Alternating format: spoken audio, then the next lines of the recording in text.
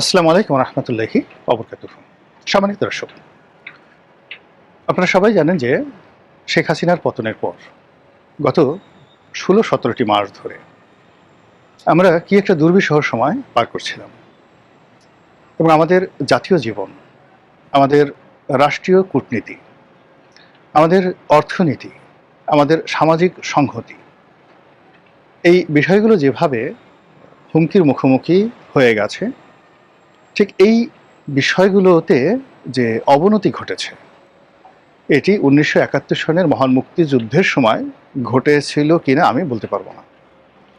যারা মুক্তিযুদ্ধের সময় সমাজচিন্তক ছিলেন, রাষ্ট্রবিজ্ঞানী ছিলেন, রাজনৈতিক বিশ্লেষক ছিলেন, তারা এই বিষয়গুলো এখনকার সময়ের সঙ্গে মিলিয়ে যদি বিশ্লেষণ করেন, তাহলে হয়তো এটা আমার চাইতে তাদের সেই মূল্যায়ন অনেকাংশে নিরপেক্ষ হবে, বস্তুনিষ্ঠ হবে এবং বাস্তবভিত্তিক হবে। ১৯৭১ সনে আমি বালক ছিলাম। আমার যতটুকু মনে পড়ে, যে দৃশ্যগুলো দেখেছি, তাতে আমার কাছে মনে হয়েছে যে আমাদের মধ্যে যে যুদ্ধের ভীতি, এটি শুরু হয়েছিল আগস্ট সেপ্টেম্বর মাসে, আর এটা ডিসেম্বর মাসের প্রথম সপ্তাহ পর্যন্ত, অর্থাৎ ৫ থেকে ৬ তারিখ পর্যন্ত এই ভয়টা আমাদেরকে তাড়া করেছিল গ্রাম বাংলাতে, আমি যখন গ্রামে থাকতাম। কিন্তু মার্চ মাস থেকে একেবারে মে মাস পর্যন্ত বা কিংবা জুন পর্যন্ত এটি অ্যাবসলিউটলি মনে হয় যেন কিছুই ঘটেনি। উপজেলা শহরগুলোতে বা থানা শহরগুলোতে ওখানে মুক্তিযোদ্ধাদের ট্রেনিং হচ্ছিল, লোকজনের মধ্যে একটা উন্মাদনা, সবাই বিবিসি বা ভয়েস অফ আমেরিকার খবর শুনছে, অনেকে হুটহাট করে মুক্তিযুদ্ধে চলে গেছে, এই পর্যন্তই। কিন্তু পাকিস্তান আর্মির যে ভয়, হানাদারদের ভয়, রাজাকার আলবদরদের যে অত্যাচার, এটি আসলে বর্ষাকাল পর্যন্ত ছিল না। আপনারা জানেন যে আমাদের দেশে যে বৈশাখ জ্যৈষ্ঠ মাস প্রচণ্ড দাবদাহ থাকে, আষাঢ় শ্রাবণ ভাদ্র এই ৩টি মাস দেশের বেশিরভাগ অঞ্চল এখন নয়, ঠিক ১৯৭১ সনে সেই পানিতে প্লাবিত থাকতো এবং মানুষ খাদ্যের যোগান, বর্ষাকে মোকাবেলা, ফসল ঘরে তোলা, গৃহপালিত গবাদি পশু নিয়ে এতটা ব্যস্ত যে যুদ্ধ নিয়ে চিন্তা করার সময় তাদের থাকতো না। জীবন যুদ্ধই তাদের কাছে গুরুত্বপূর্ণ হয়ে যেত। অন্যদিকে এই আবহমান বাংলার বর্ষাকে জমের মতো ভয় পেত হানাদার বাহিনী হাজার বছর ধরে। ফলে বাংলার বর্ষাকে এতটা ভয় পেত যে বর্ষাকালে কখনো কোনো হানাদার বাহিনী বাংলাদেশে আক্রমণ চালায়নি। এই কারণে পাকিস্তানি বাহিনীও ঠিক আগস্ট পর্যন্ত তারা রণাঙ্গনে ওইভাবে তাদের যে জুলুম অত্যাচার এটা দেখায়নি।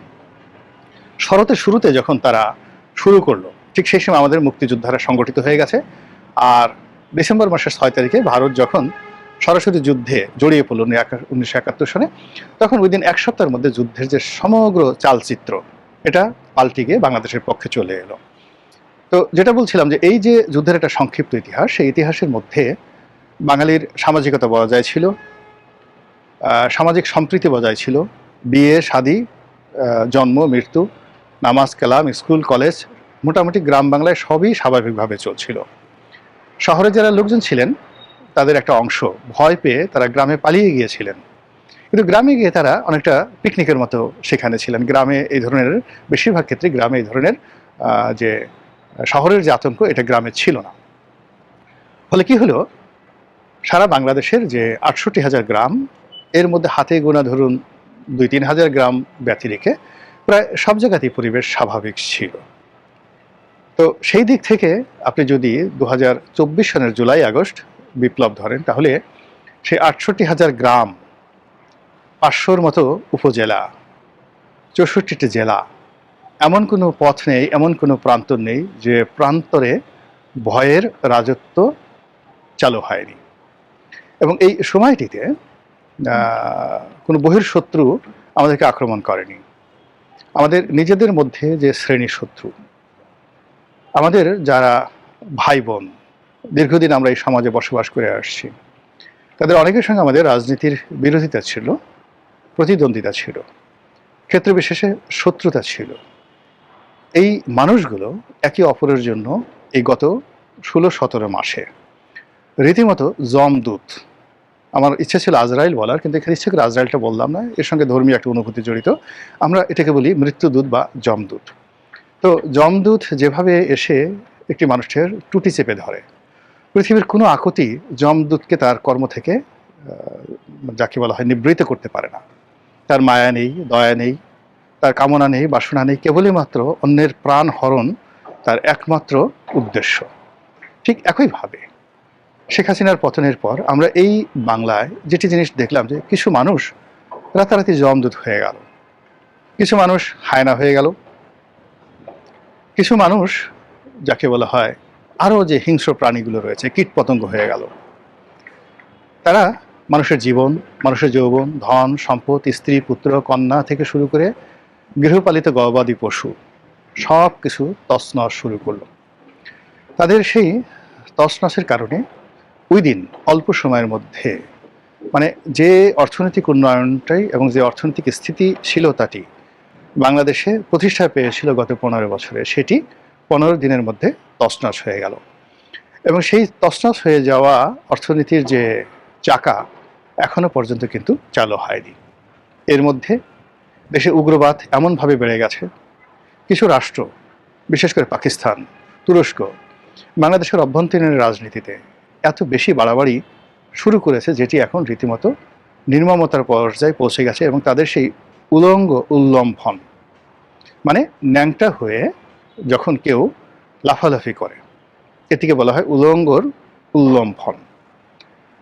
এবং চারিদিকে অশ্লীলতা, অশ্রাব্যতা, যেই শব্দগুলো আমরা কখনো শুনিনি বা যে শব্দগুলো আমরা জানি কিন্তু আমরা কখনো সেই কথাগুলো বলিনি এবং কোনো সভ্য সমাজে সেই কথাগুলো উচ্চারিত হবে এটা যখন আমরা কখনো কল্পনা করতে পারিনি, দেখা গেল আইএসআইয়ের যারা এজেন্ট, পাকিস্তানের যারা এজেন্ট, সেই অশ্লীল এবং অশ্রাব্য শব্দগুলো আমাদের কিছু ইউটিউবারদের মুখে তারা তুলে দিল। এই কারণে তুলে দিল যে বাঙালি যে একটা অসভ্য জাতি, বাঙালি যে একটা অশ্লীল জাতি, এরা যে পেটের আবর্জনা মুখে নিয়ে ঘুরে বেড়ায়, এরা যে মানুষের যে পায়ুপথ এবং যৌনাঙ্গ এই দুটো অঙ্গকে চশমা রূপে, বাইনোকুলার রূপে নিজেদের চোখের সঙ্গে লাগিয়ে এবং যত রকম পৃথিবীর দুর্গন্ধ রয়েছে সমস্ত দুর্গন্ধ সারা শরীরে মেখে এরা যে একটা নিষিদ্ধ প্রাণী, হারাম প্রাণী, ইসলামের দৃষ্টিতে হারাম প্রাণী একটা পশুও রয়েছে, আমি নামটা উচ্চারণ করলাম না, আচার আচরণের সেই হারাম প্রাণীদের প্রতিনিধিত্ব করে। এটি কিছু ইউটিউবারদের মাধ্যমে যখন পুরো বাঙালি জাতির চরিত্র হনন করার চেষ্টা করা হচ্ছিল, ঠিক সেই সময়টিতে 1971 সালের মতো রাশিয়া বাংলাদেশের অস্তিত্ব রক্ষায়, সভ্যতা রক্ষায়, স্বাধীনতা এবং সার্বভৌমত্ব রক্ষায় এগিয়ে এসেছে বলে নানা মাধ্যমে কূটনৈতিক মহলে কথা বলার চেষ্টা হচ্ছে বা একটা ন্যারেটিভ তুলে ধরার চেষ্টা হচ্ছে। আপনারা জানেন যে বাংলাদেশের প্রধান রাজনৈতিক দল বিএনপির ভারপ্রাপ্ত চেয়ারম্যান জনাব তারেক রহমান সাহেব দীর্ঘদিন ধরে সুদূর প্রবাসে অবস্থান করছেন। তো তিনি প্রবাসী থেকে তার দল পরিচালনা করতে গিয়ে নানা রকম বাধার সম্মুখীন হচ্ছেন এবং এটা হয় না, রাজনীতি একটা প্র্যাকটিক্যাল বিষয়। এখানে সরাসরি মাঠে উপস্থিত না থাকলে আসলে রাজনীতির যে পরিপূর্ণ নিয়ন্ত্রণ কখনোই কোনো নেতার হাতে থাকে না। তো শেখ হাসিনার জামানাতে তিনি দেশের বাইরে থেকেছেন, এর কারণ হলো তার বাংলাদেশে আসার মতো অবস্থা ছিল না, কোনো পরিস্থিতি ছিল না, আর সরকারও সেটা চায়নি। কিন্তু যখন একটা পট পরিবর্তন হলো তখন এই বৃহত্তম রাজনৈতিক দলটিকে আগলসালো করার জন্য, এটিকে ব্যাকফুটেজে পাঠিয়ে দেওয়ার জন্য যে চেষ্টা এবং তদবির হচ্ছিল এবং যে রাজনৈতিক শূন্যতা তৈরি করে একটি অরাজকতার পরিস্থিতির মাধ্যমে যারা 71-এ পরাজিত শক্তি তারা যেভাবে সংগঠিত হওয়ার চেষ্টা করছিল, আবার যেভাবে পাকিস্তানের সঙ্গে অন্তর্ভুক্তি করা, অন্ততপক্ষে সাংস্কৃতিকভাবে, রাজনীতির যে ধর্মতত্ত্ব সেইভাবে, কিংবা বাংলাদেশে একটি ইসলামী রাষ্ট্র কায়েম করার বাংলাদেশ পাকিস্তান দ্বিতীয় পরাজয় ব্যাপারে যেভাবে তৎপরতা চলে আসছিল, এটি সভ্যতার জন্য, গণতন্ত্রের জন্য, স্বাধীনতার জন্য, সার্বভৌমত্বের জন্য রীতিমতো একটি হুমকি স্বরূপ। তো এই অবস্থাতে আমাদের যে ডিপ স্টেট পলিসির যারা প্রবক্তা ছিলেন মার্কিন যুক্তরাষ্ট্র, এবং এই ঘটনার সঙ্গে ভারতও জড়িত ছিল, শেখ হাসিনার যে পতন, সেই পতনের সঙ্গে ভারতের কিছুটা হলো তাদের সংযুক্তি রয়েছে এবং একই ঘটনা তারা 1975 সনে ঘটিয়েছিল। এর কারণ হলো আপনি দেখেন অনেক সময় নিজের ঘরের সন্তান বা নিজের পেটের সন্তান, অরুর যার সন্তান পিতামাতার জন্য ভয়ঙ্কর হয়ে ওঠে, তখন সেই সন্তানকে শিক্ষা দেওয়ার জন্য পিতামাতা যে শাস্তিমূলক ব্যবস্থা নেয় বা তাকে বোঝানোর জন্য যে তুমি যে কাজটি করছো সেটি ঠিক নয়। আওয়ামী লীগের 2021 সন থেকে আওয়ামী লীগের যে আচরণ, অনেক আচরণ ভারতের পছন্দ হচ্ছিল না। শেখ হাসিনা নিজের পায়ে দাঁড়াতে চেষ্টা করছিলেন, তিনি ভারতের কর্তৃত্ব থেকে বের হওয়ার চেষ্টা করছিলেন, তিনি চীনের সঙ্গে একটি বন্ধুত্ব সম্পর্ক, আমেরিকার সঙ্গে একটি কূটনৈতিক সম্পর্ক স্থাপনের চেষ্টা চালিয়ে যাচ্ছেন। এটি ভারত কোনো অবস্থাতে মেনে নেয়নি। ভারত এখানে একেবারে পরিপূর্ণভাবে 100% দাসত্ব তারা কামনা করছিল, যেটি শেখ হাসিনা আসলে নিতে পারেননি। এর ফলে যেটা হলো, শেখ হাসিনাকে একটা শিক্ষা দেওয়ার দরকার ছিল। ফলে কি হলো, ভারতের যে অন্তর্নিহিত বেদনা, মার্কিন যুক্তরাষ্ট্রের ক্ষোভ, আমাদের দেশে আওয়ামী লীগের যে সকল অপশাসন ছিল, কুশাসন ছিল, ছাত্রলীগ যুবলীগ নিয়ে আওয়ামী লীগ নিয়ে যে অভিযোগ ছিল সমাজে, সব মিলিয়ে যখন একটা বিপ্লব, বিদ্রোহ, গণ অভ্যুত্থান ঘটার একটা পরিবেশ পরিস্থিতি হলো, ঠিক সেই সময়টাতেই জুলাই আগস্ট বিপ্লব সংগঠিত হয়ে গেল। এটিকে এখন অনেকে বিপ্লব বলছেন না, গণ অভ্যুত্থান বলছেন। সেটি সংগঠিত হয়ে গেল।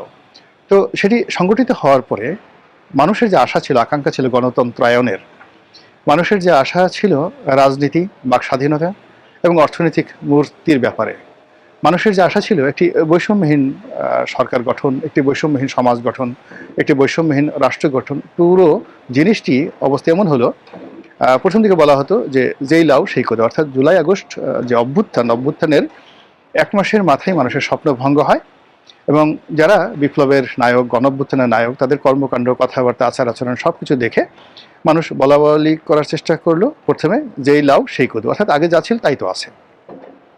পরবর্তী মাসে বলা শুরু হলো আগেই ভালো ছিলাম, এখন যা আছে তার সাথে আগেই ভালো ছিলাম। আর ঠিক 2025 সনের জুন জুলাইতে এসে মানুষ বলা শুরু করলো যে খুব দ্রুত এদের হাত থেকে মুক্তি পাওয়া দরকার, একটা রাজনীতির সমাধান দরকার, এবং একটি রাজনীতি ছাড়া আসলে জনগণের মুক্তি সম্ভব না। এই জন্য যে মানুষগুলো আওয়ামী লীগকে পছন্দ করতো না, তারাও মনে করলো যে একটা রাজনীতির ইনক্লুসিভনেস দরকার, আওয়ামী লীগের একটা রিকনসিলিয়েশন দরকার। আওয়ামী লীগ, বিএনপি, জামাত, জাতীয় পার্টি যে রাজনৈতিক দলগুলো রয়েছে তাদের মধ্যে একটি সমঝোতা দরকার, এবং সকল পক্ষের অংশগ্রহণ করা ছাড়া যে রাজনৈতিক মুক্তি মিলবে না, জাতীয় মুক্তি মিলবে না এবং ভালো কোনো ফলাফল আসবে না, এটি মোটামুটি সমস্ত মানুষ বুঝে গেছে। তো যখন জনগণ মুখ ফিরিয়ে নিয়েছে, ঠিক সেই সময়টিতে যারা এই ডিপ স্টেট পলিসির জনক, কিংবা ধরুন যারা এই আইএসআইয়ের এজেন্ট, পাকিস্তানের এজেন্ট, তারা অনেকটা বেপরোয়া হয়ে পড়লো। তারা যে কোনো মূল্যে একটা বিপ্লবী সরকার করতে হবে, যে কোনো মূল্যে আরও অরাজকতা করতে হবে, যে কোনো মূল্যে নতুন নতুন সমস্যা তৈরি করতে হবে, এই বিষয়গুলি নিয়ে যখন একটা ভাইব তৈরি করার চেষ্টা করছে, ঠিক সেই সময়টিতে হঠাৎ করে বিএনপির যে চেয়ারপারসন জনাব তারেক রহমান, তার যে বাংলাদেশে আগমন, এই বাংলাদেশে আগমন সমস্ত মানুষের চিন্তা চেতনাকে অনেকটা উল্টে দিয়েছে। এবং তার আসার পেছনে জনাব ভ্লাদিমির পুতিন কিংবা রাশিয়ার যে কূটনৈতিক মহল, তাদের একটা গ্রিন সিগন্যাল আছে, অনেকে বলছে ভারতের একটা গ্রিন সিগন্যাল আছে, এবং তারা তাকে প্রোটেকশন দিয়ে, নিশ্চয়তা দিয়ে বাংলাদেশে পাঠিয়েছে, যাতে করে একটা রাজনীতির সমতা হয়। এটি নিয়ে বিভিন্ন পক্ষ বিপক্ষ নানা রকম সমালোচনা করার চেষ্টা করছেন, কিন্তু আমি মনে করি ব্যক্তিগতভাবে যে যা কিছুই হোক না কেন, একটা গণতন্ত্র আসুক।